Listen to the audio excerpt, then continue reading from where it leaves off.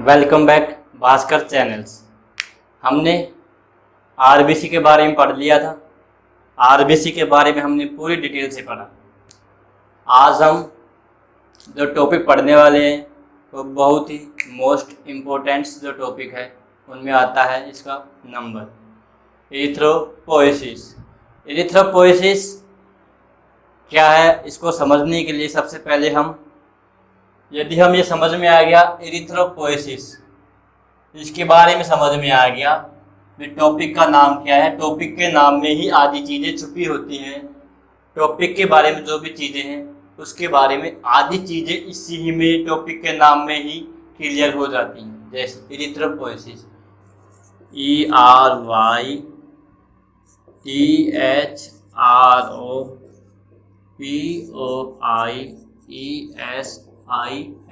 Erythropoiesis. Erythro means erythrocytes. Erythrocyte से हमने क्या लिया, एरिथ्रो, ठीक है। तो एरिथ्रोसाइट्स क्या बोलते हैं हम, एरिथ्रोसाइट्स को अलग नाम से क्या बोलते हैं, RBC. RBC red blood sales.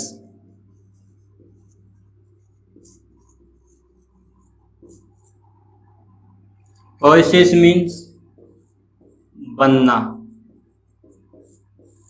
ठीक है। आरबीसी का बनना, आरबीसी के बनने की जो प्रोसेस हो गई उसको क्या बोलेंगे, एरिथ्रोपोएसिस, ठीक है। ये हो गया हमारा टॉपिक का नाम, एरिथ्रोपोएसिस। यदि हम इसके बारे में डेफिनेशन के बारे में पढ़ें, इसकी डेफिनेशन क्या है, एरिथ्रोपोएसिस की डेफिनेशन। टॉपिक का नाम क्लियर हो गया। हम यहाँ पर क्या पढ़ने वाले हैं, आरबीसी के बनने की प्रक्रिया, आरबीसी कैसे बनती है, ठीक है। सबसे पहले हम इसके बारे में नॉर्मल चीजें जान लेते हैं। सबसे पहले बात आती है डेफिनेशन की। डेफिनेशन क्या है, प्रोसेस ऑफ द ओरिजिन, जन्म लेने की प्रक्रिया। ओरिजिन मीन्स जन्म लेना, उत्पत्ति होना। प्रोसेस ऑफ द ओरिजिन, साथ साथ जन्म लेना। जन्म ले लिया उसके बाद क्या होगा, उसका डेवलपमेंट, विकास होगा उसका। दूसरा नंबर, पहला नंबर ओरिजिन, दूसरा डेवलपमेंट, और तीसरा उसका मैच्योरेशन, परिपक्वता, तीसरा, ठीक है। ऑफ एरिथ्रोसाइट्स, किसके बारे में, आरबीसी के बारे में, एरिथ्रोसाइट्स के बारे में, ठीक है। आरबीसी का जन्म लेना, इसका डेवलपमेंट, उसका विकास होना, उसका परिपक्वन होना, इस प्रक्रिया को क्या बोलते हैं, एरिथ्रोपोएसिस, ठीक है। Definition clear. इसके बाद में जो दूसरा जो टॉपिक है वो है हीमोपोएसिस एंड हीमेटोपोएसिस। यहां भी वही बात है, हिम WOH, हीमोग्लोबिन। हीमोग्लोबिन में जो आता है पहला वर्ड वो क्या है, हीमोपोएसिस, हिम से ये ले लिया, हीमोपोएसिस, ठीक है। पोएसिस बनने की प्रक्रिया। हीमेटोपोएसिस, इसमें भी सेम है। इसमें क्या क्या बनेगा, सबसे पहले origin, development, first is origin, दूसरा डेवलपमेंट, और तीसरा maturation, same as erythrocytes of all blood cells. All blood cells में कौन कौन सी आ गई, ऑल ब्लड सेल्स में आरबीसी आ गई, दूसरी WBC आ गई, और तीसरी प्लेटलेट्स आ गई, ठीक है। पूरे ऑल द ब्लड सेल्स, पूरे ब्लड सेल्स में कौन कौन सी चीजें आ गई, ये 3 चीजें आ गई। इनके बनने की जो प्रक्रिया है वही सेम है, ओरिजिन, जन्म लेने की प्रक्रिया, साथ में उसका डेवलपमेंट, और तीसरा इसका मैच्योरेशन। ये जो तीनों प्रोसेस होती हैं उसको क्या बोलते हैं, हीमेटोपोएसिस बोल दो, या फिर साथ में बोल दो हीमोपोएसिस, ठीक है।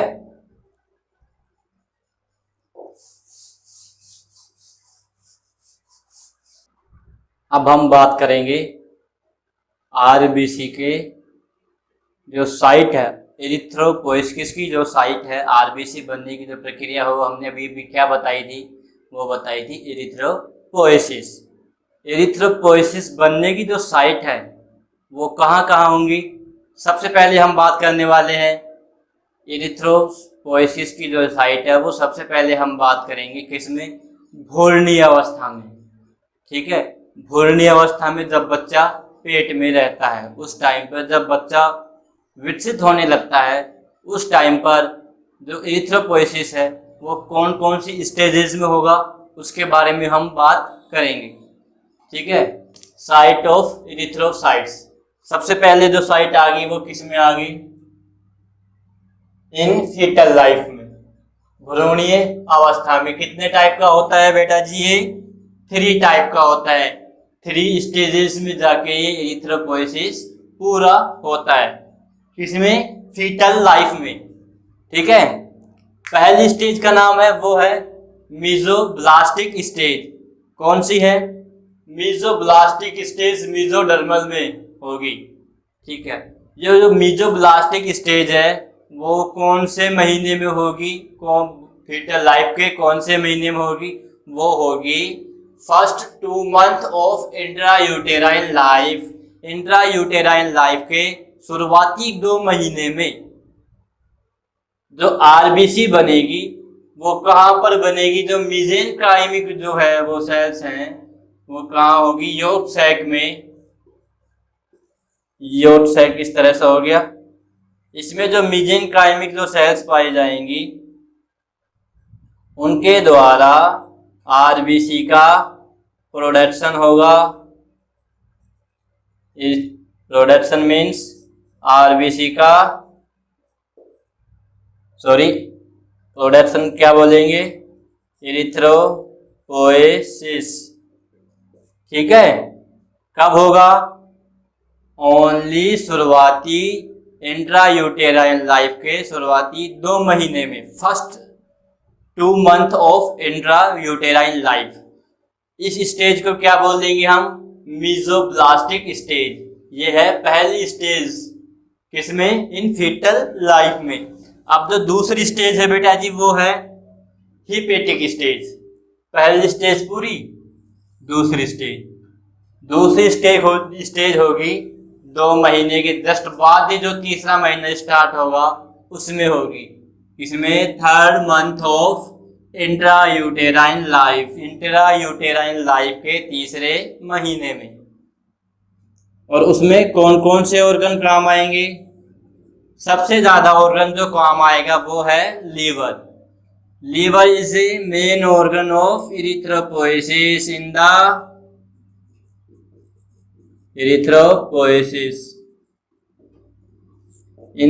Fetal life. फीटल लाइफ में जो एरिथ्रोपोइसिस की जो साइट है वो सबसे ज्यादा, एरिथ्रोपोइसिस की जो बनने की जो प्रक्रिया है वो सबसे ज्यादा कहाँ पर होगी? लीवर में। लीवर क्या है? Main organ. इसके बाद में लीवर के साथ साथ 2 और ऑर्गन है जो एरिथ्रोपोइसिस के साइट के रूप में काम करते हैं। कौन कौन से? पहला है स्प्लीन, ठीक है, और दूसरा है लिम्फोइड ऑर्गन। साथ में स्प्लीन और लिम्फोइड ऑर्गन भी एरिथ्रोपोइसिस में हेल्प करते हैं। ठीक है, इस तरह से हमारी जो दूसरी स्टेज है वो हो गई पूरी हिपेटिक स्टेज। अब बात करते हैं जो 3rd स्टेज आती है वो है माइलॉइड स्टेज। माइलॉइड स्टेज कब होगी? लास्ट 3 मंथ में। शुरुआत के 2 महीने में क्या हो गया था? मीजोब्लास्टिक स्टेज। तीसरे महीने में कौन सी स्टेज हो गई थी? Hepatic stage.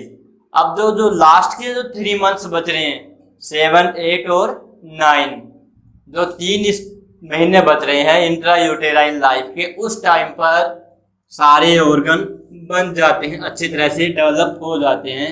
उसमें सबसे ज्यादा जो एरिथ्रोपोइसिस की जो साइट होगी वो कौन सी होगी? Red bone marrow. सबसे ज्यादा आरबीसी का प्रोडक्शन कहां पर होगा? रेड बोन मैरो में। RBC production. और आरबीसी प्रोडक्शन को, डेवलपमेंट को, मैचुरेशन को हमने क्या बोला था? इरिथ्रोपोइसिस। ठीक है। और साथ में रेड बोन मेरो तो है ही है, साथ में इसकी लीवर भी इरिथ्रोपोइसिस का साइट होता है, इसका केंद्र होता है। सॉरी, केंद्र नहीं, इसका क्या होता है? इसका स्थान होता है। किसका होता है? इरिथ्रोपोइसिस बनने का स्थान। इरिथ्रोपोइसिस मीन्स आरबीसी का प्रोडक्शन। ठीक है। इस तरह से फीटल लाइफ में 3 स्टेजेस में जाके आरबीसी का प्रोडक्शन, ओरिजिन तथा डेवलपमेंट होता है। ठीक है। ये तो बात हो गई फीटल लाइफ में। अब हम बात करेंगे चिल्ड्रंस में, न्यूबॉर्न बेबीज में और साथ ही साथ एडल्ट्स में। ठीक है। ठीक है। किसमें? इन न्यूबॉर्न बेबीज में, साथ ही चिल्ड्रंस में और साथ ही साथ एडल्ट्स में। इन तीनों में जो आरबीसी का जो प्रोडक्शन होगा, जो इरिथ्रोपोइसिस की जो प्रोसेस होगी, वो कहाँ पर होगी? ओनली किसमें? रेड बोन मैरो में। फीटल में हमने देखा 3 स्टेज में हो रही थी, और हर फर्स्ट 2 मंथ्स में, 3 मंथ्स में और लास्ट 3 मंथ्स में। यहाँ पर इन न्यूबॉर्न बेबीज में, जो नए बच्चे जो भी अभी हाल फिलहाल जन्म लिए हैं उनमें, और चिल्ड्रंस में जो बड़े हो गए हैं 5 साल से ऊपर, साथ ही साथ एडल्ट्स में, एडल्ट्स 20 साल के नीचे जो बच्चे आते हैं, उन सभी में जो इरिथ्रोपोइसिस की जो प्रोसेस होगी, जो साइट होगा, वो कहाँ होगा? रेड बोन मैरो में। ओनली रेड बोन मैरो में। अब हम बात करेंगे किसके बारे में? Up to the age of 20 years. 20 years के पहले या 20 ईयर्स तक। Up to the age of 20 years, 20 years तक, 20 साल की उम्र तक के बच्चों में जो इरिथ्रोपोइसिस की जो प्रोसेस होगी, वो कहाँ पर होगी? रेड बोन मैरो में। और रेड बोन मैरो में कहाँ पर होगी? जो लॉन्ग बोन है, हमारे शरीर में जो लंबी बोन है, जैसे ह्यूमरस, इसके वो टीबिया, फिबुला, अल्ना, जो लॉन्ग बोन है, वो साथ ही साथ जितनी भी जो फ्लैट बोन है हमारे शरीर में, उन सभी की सभी में इरिथ्रोपोइसिस का साइट होगा। कौन सी उम्र तक के में होगा? 20 साल की उम्र तक के बच्चों में लॉन्ग बोन और जितनी भी आल फ्लैट बोन है, उन सभी में एरिथ्रोपोइसिस का साइट होगा। ठीक है। इसके बाद जो 5वां नंबर का आता है वो है after age of 20 years. 20 years के बाद में, 20 साल के बाद में जो एरिथ्रोपोइसिस की जो स्टेज होगी, जो साइट होगी, वो कहाँ पर होगी? वो होगी मेम्ब्रेनस बोन। जो मेम्ब्रेनस बोन है कौन कौन सी होगी? Like vertebra. ठीक है। पहली है वर्टिब्रा, दूसरा नंबर का है स्टर्नम, तीसरा में आता है रिब्स, चौथे में स्केपुला, ये वाली बोन। ठीक है। इलियक बोन, जहां हम बैठते हैं, अपनी टिका के बैठते हैं, साथ में स्कल बोन एंड, और जितने भी है from the end of long bone. Long bone जहां पर जाके खत्म होती है, उस लॉन्ग बोन का लास्ट वाला हिस्सा। इन सभी में क्या आता है? ये सभी क्या है? इन सभी को क्या बोलते हैं? इन सभी को बोलते हैं मेम्ब्रेनस बोन। Membranes bone. ठीक है। यहाँ पर एरिथ्रोपोइसिस का साइट होगा। कौन सी साल के बाद में? आफ्टर 20 ईयर्स के बाद में, 20 साल के बाद में। ठीक है। Next, after 20 years of age, 20वीं साल के बाद में, the shaft of the long bone, या जो नया वर्ड आया है शाफ्ट, वो शाफ्ट कहाँ पर होगा? लॉन्ग बोन में। ये हो गई हमारी लॉन्ग बोन। ठीक है, ठीक है। इसको बोलते हैं, इसको हम 3 हिस्सों में डिवाइड करते हैं लॉन्ग बोन को। इसको बोलते हैं ऊपर वाले हिस्से को अपर एंड, ऊपर वाला हिस्सा। नीचे वाले को बोलते हैं लोअर एंड, और जो बीच में जो हिस्सा बच रहा है उसको बोलते हैं बेटा जी शाफ्ट। क्या बोलते हैं? शाफ्ट। ठीक है, इस शाफ्ट की यहां पर आके बात हो रही है। ठीक है, आफ्टर 20 ईयर्स ऑफ एज, 20 साल की उम्र के बाद में द शाफ्ट, शाफ्ट समझ लिया क्या है? Of the long bone. Long bone का जो शाफ्ट वाला जो पोर्शन होता है वो बिकम येलो बोन मैरो। हमारे शरीर में 2 बोन मैरो हो गई, रेड और येलो। यहाँ पर पहले हमने रेड की बात करी, यहाँ पर जो इरिथ्रोपोइएसिस जो प्रोसेस होगी वो कहाँ पर होगी? Yellow bone marrow. ठीक है, देखो आफ्टर 20 ईयर्स ऑफ एज, 20 साल की उम्र के बाद में the shaft, shaft of the long bone, long bone का जो शाफ्ट वाला जो पार्ट है वो become yellow bone marrow, because वो येलोइश हो जाता है। उसका जो बोन मैरो हो वो क्या हो जाता है? येलो कलर का हो जाता है। क्यों होता है? क्योंकि ऑफ फैट डिपोजिशन, फैट के जमाव के कारण, वसा के जमाव के कारण, एंड लूजेस द इरिथ्रोपोइएसिस फंक्शन। इरिथ्रोपोइएसिस के जो फंक्शन है वो क्या हो जाते हैं? ढीले, कमजोर पड़ जाते हैं, जिसकी वजह से जो बोन मैरो है, किसकी बोन मैरो? लॉन्ग बोन की। लॉन्ग बोन की कहाँ से? शाफ्ट वाले पोर्शन पे। शाफ्ट वाले पोर्शन में जो बोन मैरो है वो किसकी वजह से? इरिथ्रोपोइएटिक जो फंक्शन है वो किसके वजह से? इनके लूज होने की वजह से ये जो हमारा जो बोन मैरो है लॉन्ग बोन का, शाफ्ट वाले पोर्शन का, वो किस तरह का हो जाता है? येलो कलर का हो जाता है।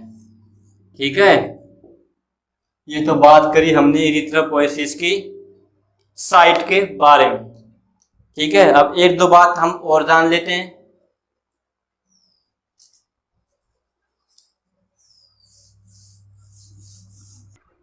अब हम कुछ चीजें बोन मैरो के बारे में जान लेते हैं। हम कई देर से bone marrow bone marrow bone marrow bone marrow, ये बोन मैरो वो, बोन मैरो वो, फलाना ढिकना, ये सब किया। क्यों किया और किस वजह से किया वो हम यहाँ पढ़ेंगे। बोन मैरो के बारे में थोड़ा थोड़ा पढ़ेंगे, ज़्यादा नहीं पढ़ेंगे। पहली बात, बोन मैरो। ठीक है, बोन मैरो नॉर्मल बात, बोन मैरो के बारे में। इन एडल्ट्स, एडल्ट्स में, in adults liver and spleen, liver और स्प्लीन में produce the blood cells. Adults में लीवर और स्प्लीन होता है वो क्या करता है? ब्लड सेल्स का प्रोडक्शन करता है, प्रोड्यूस करता है। इफ, कब करता है? यदि, इफ मीन्स यदि, यदि the bone marrow are destroyed और फाइब्रोज्ड। कब करता है? जब बोन मैरो डिस्ट्रॉय हो जाए या फाइब्रोज्ड हो जाए, जब ये लीवर और स्प्लीन ये तुरंत एक्टिव होकर ब्लड सेल्स का निर्माण करते हैं। ब्लड सेल्स में आरबीसी, डब्ल्यूबीसी और प्लेटलेट्स आ गई। ठीक है, पहला बात। अब हम दूसरा बात करते हैं। पहला बात हो गया, दूसरा बात। Collectively, bone marrow is almost equal to liver in size and weight. थोड़े थोड़े रूप में जो बोन मैरो है, बोन मैरो, जाहिर सी बात है हम बोन मैरो की ही बात कर रहे हैं। बोन मैरो इज ऑलमोस्ट, लगभग, equal to liver in size, equal to liver, liver के बराबर। किस किस में बराबर? साइज में और वेट में। साइज और वेट में लीवर के थोड़ा थोड़ा बराबर होता है। क्या होता है और कौन होता है? बोन मैरो होता है। ठीक है, अब हम थर्ड नंबर की बातें करेंगे। थर्ड नंबर की बात है the bone marrow. Bone marrow also as active as life. जिस तरह से लीवर काम करता है उसी तरह से बोन मैरो भी काम करता है। ठीक है, अब हम चौथा बात करेंगे through bone marrow. Bone marrow के through is the site of production of all blood cells. All blood cells का बोन मैरो के द्वारा क्या होता है? प्रोडक्शन होता है। क्या होता है बेटा जी? प्रोडक्शन होता है।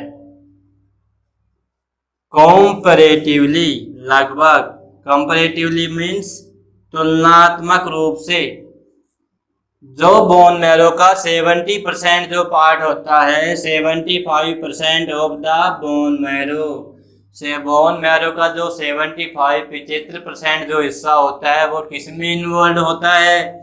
Is involve in the production of leucocyte.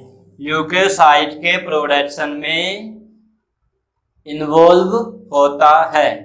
ये तो बात हो गई 75% ऑफ द बोन मैरो का। बोन मैरो का जो 75% हिस्सा जो होता है वो क्या करता है? किस में इन्वॉल्व होता है बेटा जी? प्रोडक्शन ऑफ ल्यूकोसाइट्स में। और जो बचा हुआ जो 25% जो हिस्सा हो गया वो किस में इन्वॉल्व होता है? प्रोडक्शन ऑफ आरबीसी या इरिथ्रोसाइट्स।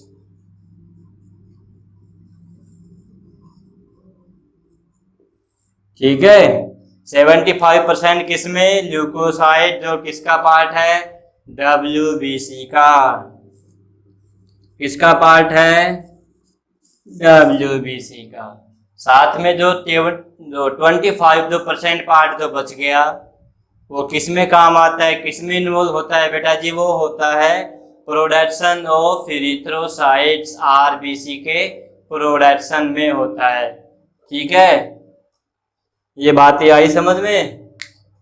इसके अलावा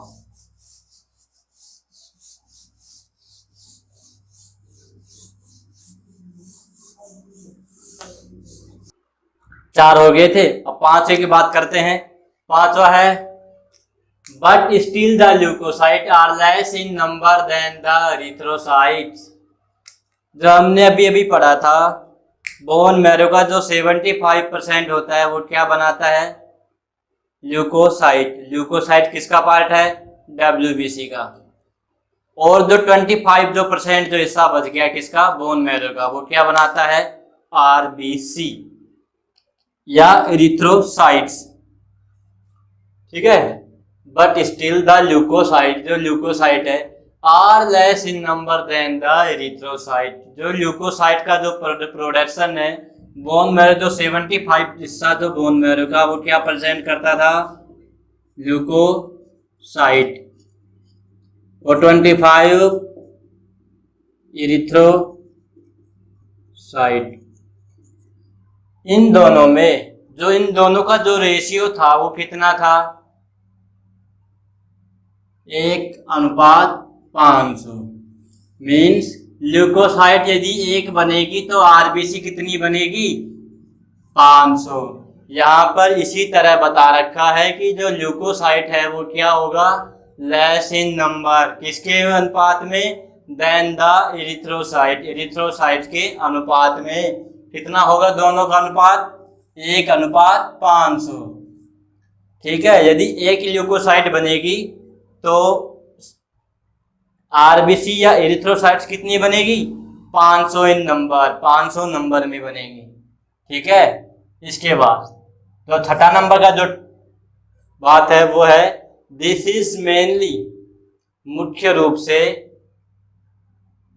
बिकॉज, क्योंकि, of the life span of the cell. क्योंकि ये जो अनुपात है वो क्यों है इतना भारी डिफरेंट क्यों है इन दोनों में?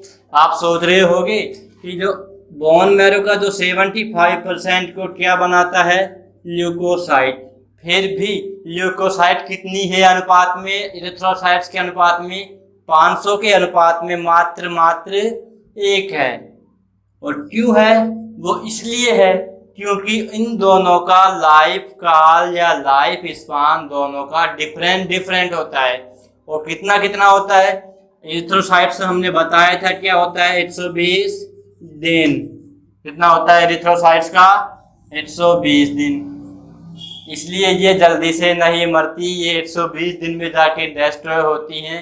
इसलिए इनकी मात्रा जो नंबर है वो क्या होता है, बढ़ता रहता है। और जो ल्यूकोसाइट्स की जो लाइफ स्पान है वो कितनी है, 8 से 10 दिन।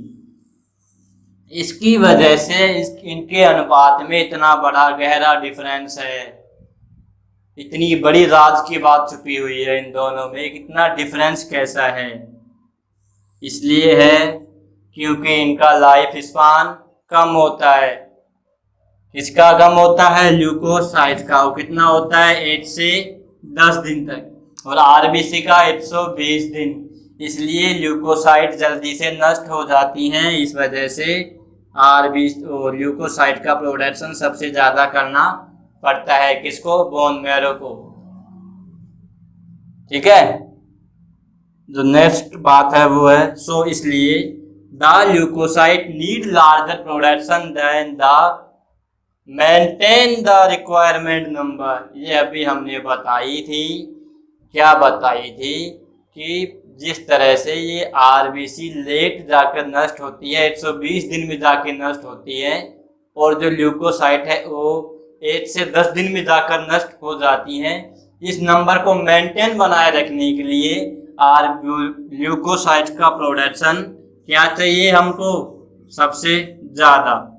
तो सबसे ज़्यादा कब होगा, जब बोन मैरो का सबसे ज़्यादा हिस्सा ल्यूकोसाइट का प्रोडक्शन करेगा। ठीक है, इस वजह से बोन मैरो का 75% क्या करता है बेटा जी, ल्यूकोसाइट का प्रोडक्शन करता है। ठीक है, ये हमने बोन मैरो के बारे में छोटी छोटी बातें देखी।